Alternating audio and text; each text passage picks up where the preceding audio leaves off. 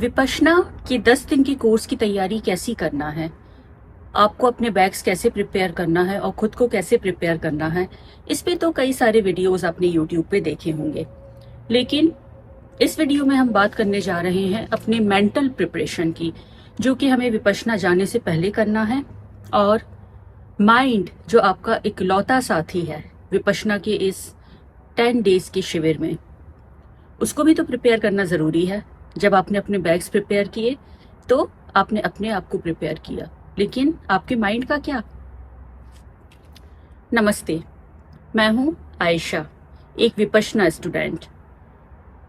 मैंने कुछ कोर्सेज किए हैं 10 दिन के विपश्यना में, और मैं अपने एक्सपीरियंस पे बेस्ड कुछ यूजफुल टिप्स आपको देना चाहूँगी, जिससे कि आपका विपश्यना 10 दिन का शिविर बहुत ज़्यादा आसान हो सकता है।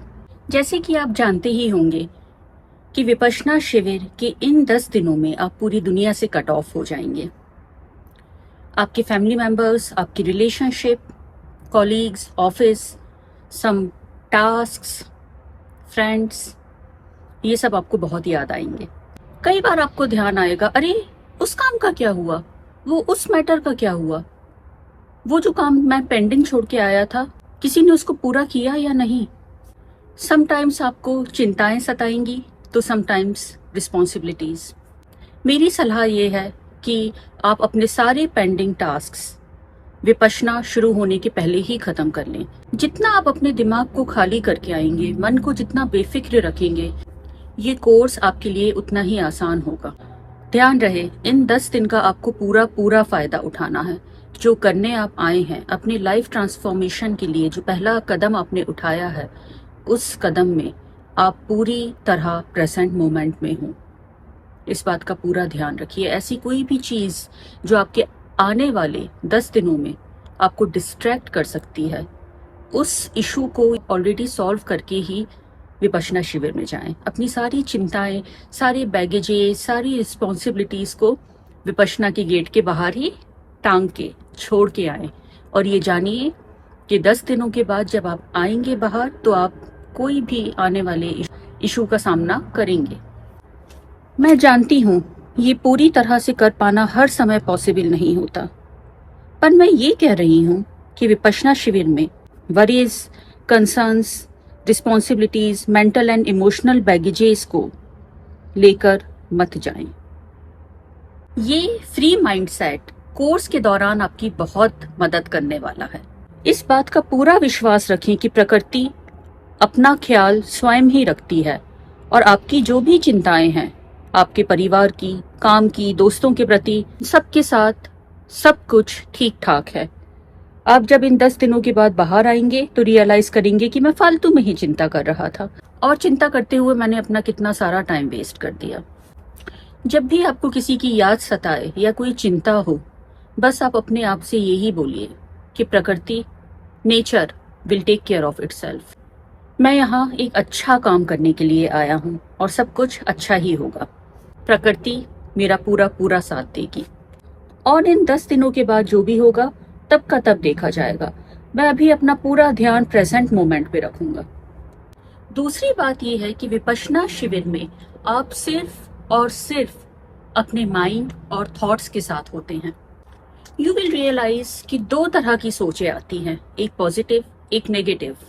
जो नेगेटिव सोच है वो बहुत ही जोर से आती है, उसकी आवाज कुछ ऊंची होती है, और जो पॉजिटिव सोच है वो कहीं जैसे पीछे एक हल्का म्यूजिक बजता है वैसे बजती है। यहाँ पर जो लाउड आवाज आपके माइंड में आती है वो नेगेटिव थॉट्स की होती है। तो आपको आदत डालनी है कि ये जो पॉजिटिव थॉट्स की हल्की सी धीमी सी आवाज है, इसमें आपको ट्यून इन करना है। याद रखिए, इस कोर्स को आपने चूज किया है, दिस इज योर चॉइस। तो इन फालतू विचारों को अपने माइंड में मत आने दीजिए, उनमें उलझकर अपना टाइम वेस्ट मत करिए। पॉजिटिव और नेगेटिव विचारों के चक्कर में पड़कर अपना समता भाव लूज करना उचित नहीं होगा। हर विचार को समता पूर्वक देखिए और ये जानिए कि ये अनित्य है, टेम्पररी है। This shall also pass. I will not give up.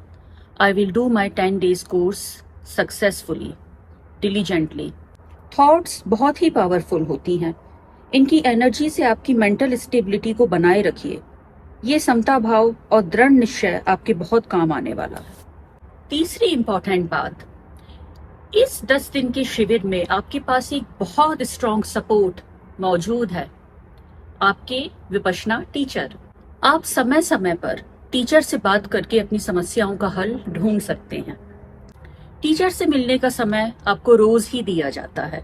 आप टीचर से मिलिए, अपने चैलेंजेस को डिस्कस करिए और उनसे उनका हल पाइए। याद रखिए, अपनी समस्याओं को डिस्कस करना आपकी कमजोरी को नहीं दर्शाता है, बल्कि समस्याओं का जब हल मिलता है तो ये कोर्स और भी ज्यादा आसान बन जाता है। याद रखिए, ये टीचर हैं, पर वो भी कभी स्टूडेंट्स थे और इसी तरह की समस्याएं उन्होंने भी फेस की होंगी और समाधान भी ढूंढा होगा। तो उनके एक्सपीरियंस और नॉलेज का पूरा पूरा फायदा उठाइए। फोर्थ पॉइंट खाने से रिलेटेड है। खाने को एक संतुलित क्वांटिटी में खाइए।